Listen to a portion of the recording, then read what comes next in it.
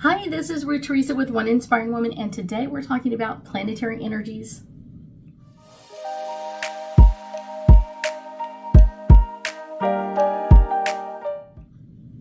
And that's right, today we are talking about Mercury in retrograde. And it's been in retrograde for a while. It's almost out. It's almost in that post-shadow energy, or just right a couple of days ago into that post-shadow energy. It is still affecting a lot of people, so just be aware of it that way. So let me get you some hard, fast dates on Mercury in retrograde. Mercury went into retrograde on December 12th. So it started to kind of amp up its energy. On December 29th, it kind of went into full retrograde and stayed there until January 18th.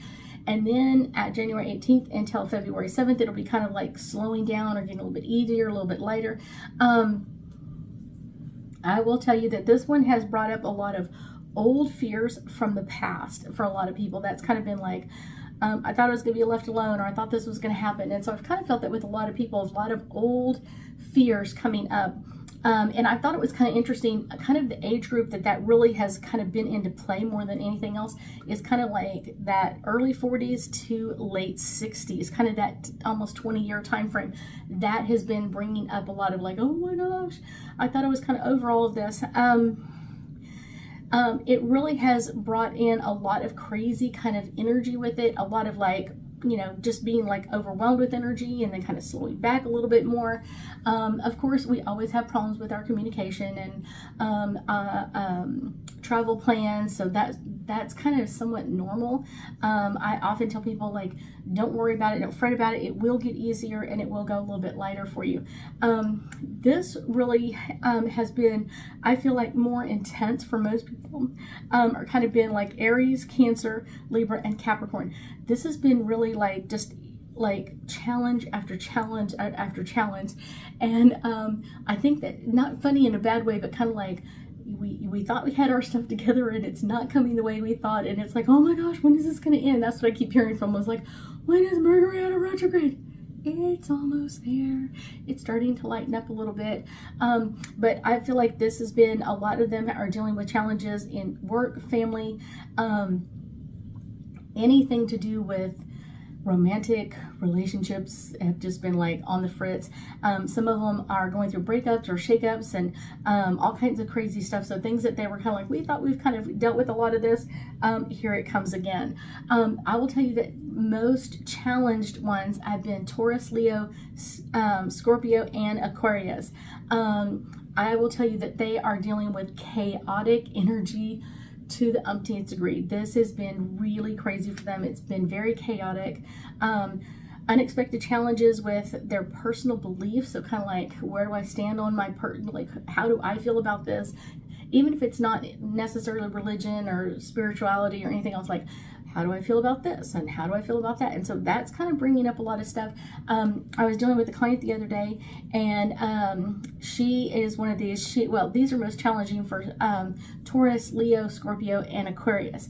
And I thought it was really interesting. She went shopping, and she had a little lightweight jacket on, and so she kind of like put it in the cart, and she didn't realize it, but something was underneath it, and she left the store and kind of like realized, like, oh my gosh, when she got to her car, she didn't pay for it. And so it's one of those kind of like that personal beliefs for her. Like, should I go back and pay for it? Should I not? Should I just kind of consider it's like a gift from the gods? What is it? And it's been really a big challenge for her, and kind of like an evolution for her of like, what should you do? What should you not do? How do you deal with this energy? And that's kind of one of the things that is really important, is kind of like, wow, how do I personally feel about this? And I think it's one of those, like, you really have to kind of get alone with yourself and kind of even meditate. And that's what she's done, is get in that private time with herself and meditate and decide what she wanted to do or how she wanted to deal with this. And I think she went back and returned it. It was kind of, I don't want to say hard, but she was kind of like, I'm afraid to take it back in the store. I've never had that ever happen to her. And so she was like, oh my gosh, I don't know what to do. I think that's kind of one of those interesting parts. It's something that she's never had to deal with. She's never had to do before, but it's actually happened to a couple of clients of mine. So I'm like, interesting. I will say this has been really a most beneficial retrograde, kind of for Geminis, Virgos, Sagittarius, and Pisces.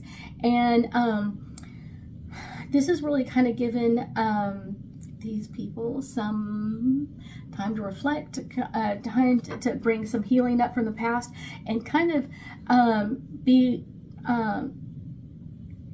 open to kind of the changes, and be open to kind of see the past being healed and released and let go of. Because I think a lot of times, especially like Virgos and Sagittarius, Pisces and Geminis, kind of deal with the past, but they kind of like, okay, this is my old feeling, and we put it up on the shelf, but we don't necessarily deal with it well. We kind of like, here, we're just going to put it up here, we're going to find a good place for it.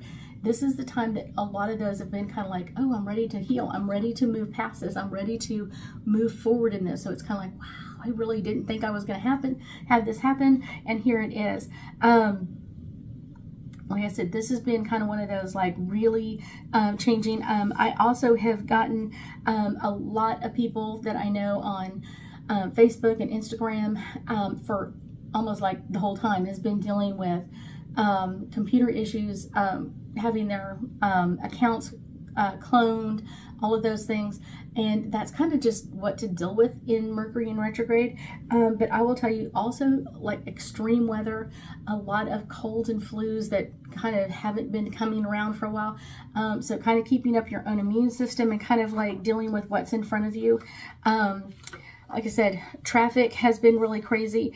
I will tell you that one of the things that I think has kind of been really kind of one of those interesting parts is how this Mercury in retrograde has brought a lot of energy forward, along with Pluto's energy of kind of bringing up things from the past, bringing things out, bringing things like, oh, here we haven't dealt with this, or here we haven't done that.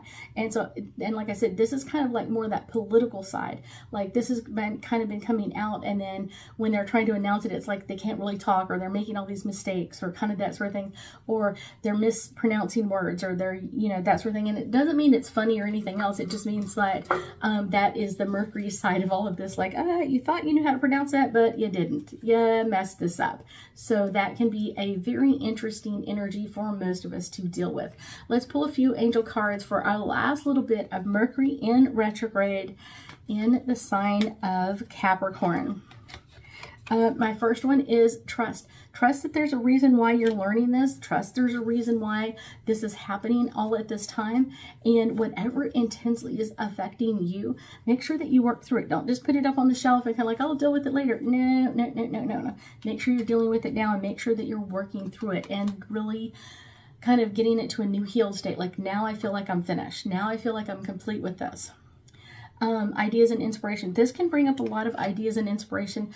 I always think Mercury in retrograde can bring up those ideas, because a lot of times, like, because we're having communication issues, we kind of like stay away from everybody else, or like, let's stay away from everybody. Let's not go to that company party, or let's do this.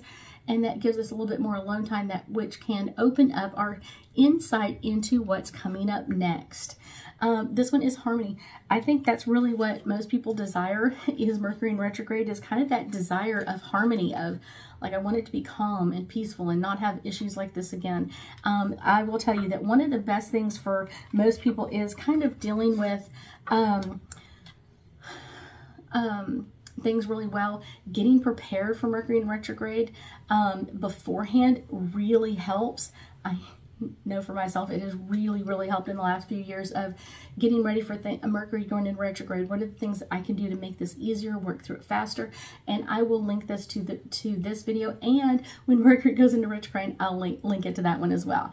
Next, celebration. It is almost over. Mercury in retrograde is almost over, and that's kind of the fun, cool part about a lot of this, is having this energy almost over, almost completely out of this. And then we'll have a few months or so, like a month or two, of like no Mercury in retrograde, no anything else, and then we hit that everything else again. And so I thank you so much for joining me tonight, and I know that we'll be talking again soon.